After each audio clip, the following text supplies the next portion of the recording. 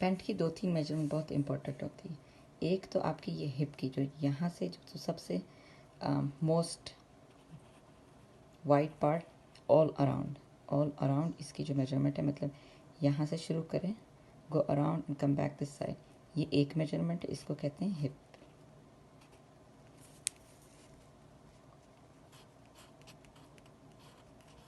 ठीक है। और फिर एक होती है जो आपने जहाँ पे आप रखते हैं और ऑल द वे डाउन, इसको हम कहेंगे लेंथ। ठीक है। ये वाली जो मेजरमेंट है ना क्रॉच की, या जिसको कहते हैं आसन की, ये हम हिप से निकालेंगे। I'll talk about that later. And then you want how much wide you want this. ठीक है। If you want, you can add your thigh measurement all around this. So we'll say this thigh. And then where the knee is falling, where the knee is, the length to the knee. ठीक है। But सबसे important ये measurement है और ये measurement है।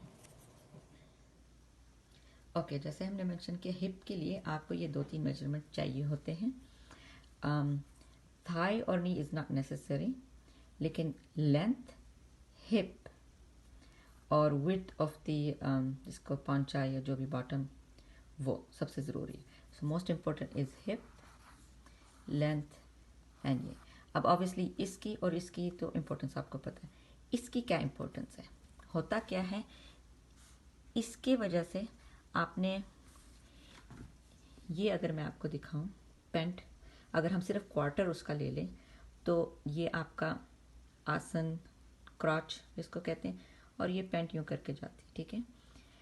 और ये आपका पैंट का एक क्वार्टर हिस्सा है। मतलब अगर एक और इसके साथ जोड़ेंगे तो फ्रंट पार्ट हो जाएगा और पीछे के 2 पार्ट होंगे। ठीक है। 1 panel front, another panel front and then 2 panel for the back. Now अब अगर इसको हम देखें, हिप की जो मेजरमेंट है उससे 2 चीज़ें निकलती। एक तो आप ये निकाल सकते हैं, दूसरा आप ये निकाल सकते हैं। ठीक है। क्रॉच आसन, ये क्यों ज़रूरी है, ये इसकी सही मेजरमेंट। हिप जो है is the widest part of your body of for your pant. आप जब बैठते हैं, ये जो आसन है इतना कंफर्टेबल होना चाहिए है। हिप जैसे आप बैठते हैं, से for example this is a chair. ठीक है। अब आपने जब बैठे, यूं करके बैठे, ये टांगे आपकी, ठीक है, लेट्स जस्ट से स्किनी खूबसूरत प्यारे से आप हैं, ये आपका हिप है। ये जो है, इससे ये जो फोल्ड ये सारा बनता है, टेंशन इधर आती है, इधर आती है। तो हिप यहाँ कितना है उससे ये सारा डिपेंड करता है आप इतना कितना कंफर्टेबल है। ठीक है। ये आपका बेल्ट है, आप कितना कंफर्टेबल है। तो इसके 2 तरीके पता करने हैं। एक तो आप यहाँ हिप की मेजरमेंट लेके इसको आपने क्वार्टर पे डिवाइड करना है। क्यों quarter?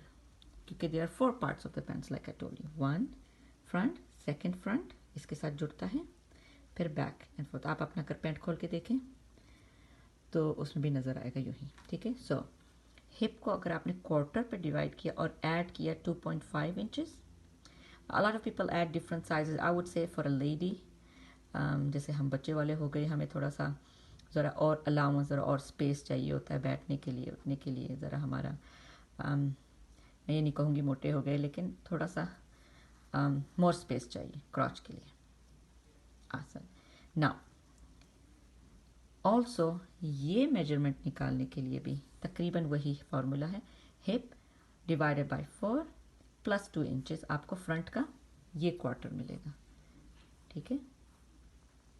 Now there is simple, just take tape measurement, go all around अपनी बॉडी का, यहाँ से टच करे टेप मेजरमेंट को, go and go around your body, come back, that number becomes the hip number.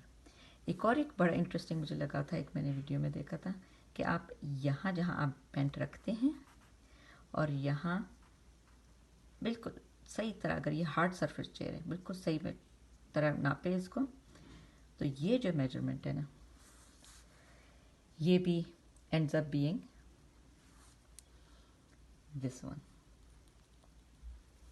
It's interesting. It's if you think about it, that's why you need to measure your hip, divide by 4, add this. Of course ये जो नहीं sorry ये जो measurement है ना, ये वो measurement है हिप क्वार्टर की. Then you add 2.5 gives you crotch. ठीक है. So it's just interesting information, but you don't need to worry about that. Just know your hip and that's it. अब आप अगर पैंट को देखें तो हमने ये अगर फॉर एग्जांपल मैंने ऐसे ही डाला है और ये एग्जांपल अगर ये 11 है तो ये 11.5 होगा अकॉर्डिंग टू दैट फार्मूला.